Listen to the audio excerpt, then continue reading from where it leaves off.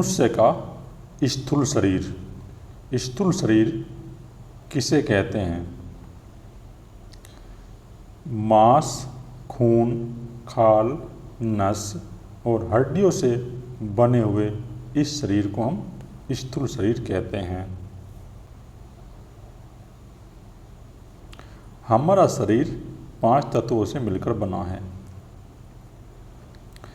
पृथ्वी, जल, अग्नि, वायु, आकाश।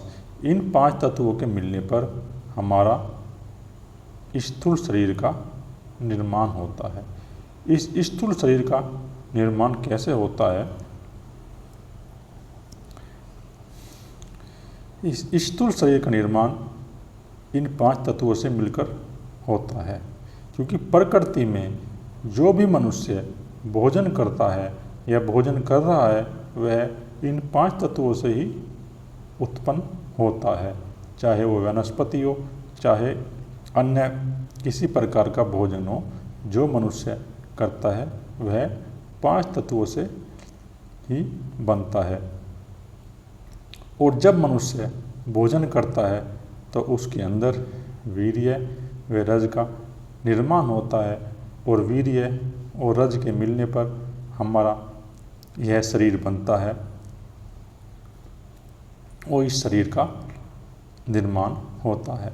तो इस प्रकार ये हमारा स्थूल शरीर बनता है। और फिर इस शरीर का जो पोषण होता है वो भी वनस्पति वगैरह से या इन 5 तत्वों के भोजन से ही होता है। इस शरीर में हमारे जीवात्मा निवास करता है, इस स्थूल शरीर के अंदर ही। और इस शरीर की अवस्था जागृत है। जागृत जो है हमारे इस शरीर की अवस्था है, जो हमारा यह शरीर तत्वों से मिलकर बना है, और इस शरीर की अवस्था जागृत है। हमारा जीवात्मा इस शरीर में आसक्त हो जाता है। तो इस शरीर में, इस हाड़ मांस के शरीर में हमारा जीवात्मा जो अहम भाव है वह आसक्त हो जाता है, और आसक्त होकर वह इस शरीर को ही अपना मान लेता है, और इसमें वह मैंपन का अहंकार कर लेता है कि मैं शरीर हूँ, मैं शरीर हूँ।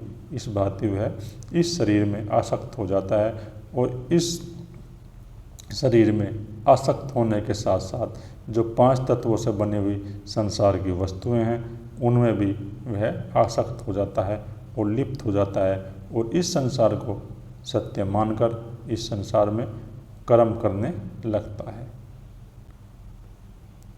और हमारा जीवात्मा इस शरीर में अहंकार करके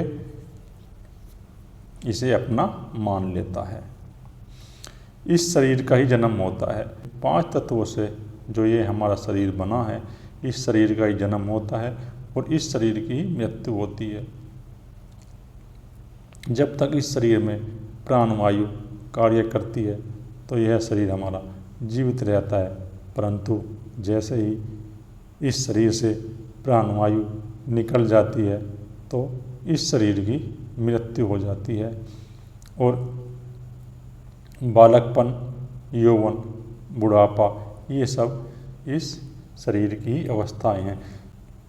यह शरीर पहले बचपन में, बालकपन में था, फिर यौवन में चला जाता है, और फिर बुढ़ापा आ जाता है। तो ये तीनों अवस्थाएं हैं, इस शरीर की अवस्थाएं हैं। यह शरीर हमारा पल पल बदलता रहता है।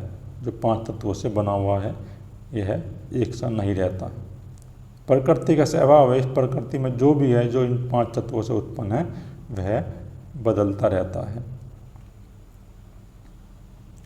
और जो अनेक प्रकार के यम, नियम, आसन, प्राणायाम, पूजा पाठ, मान अपमान आदि की जो विशेषताएं हैं वे इस शरीर की ही विशेषताएं हैं।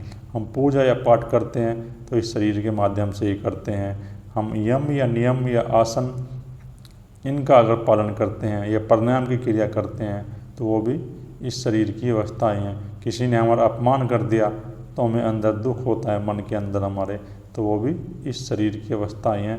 दुख हमें इसलिए होता है क्योंकि हमने अपने आप को शरीर मान लिया है, और फिर हमारा जब कोई अपमान कर देता है तो हमें गहरा दुख होता है, और जब कोई हमारा सम्मान करता है तो हमें सुख प्राप्त होता है हमारे मन को। तो ये सब सुख दुख मान अपमान इस शरीर की ही अवस्थाएं हैं।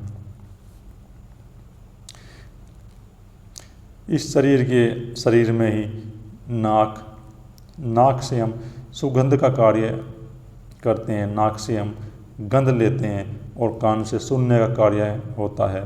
कान से हम शब्द को, ध्वनि को सुनते हैं, और आँखों से हम इस संसार को देखते हैं, और जीभ के जरिए हम स्वाद लेते हैं, और काल जिनके माध्यम से हमें ज्ञान होता है।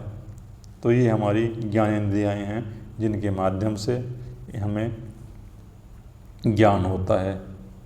और मुख, हाथ, पैर, लिंग व गुदा जिनसे हम कर्म करते हैं, ये हमारी कर्मेंद्रियाएँ हैं।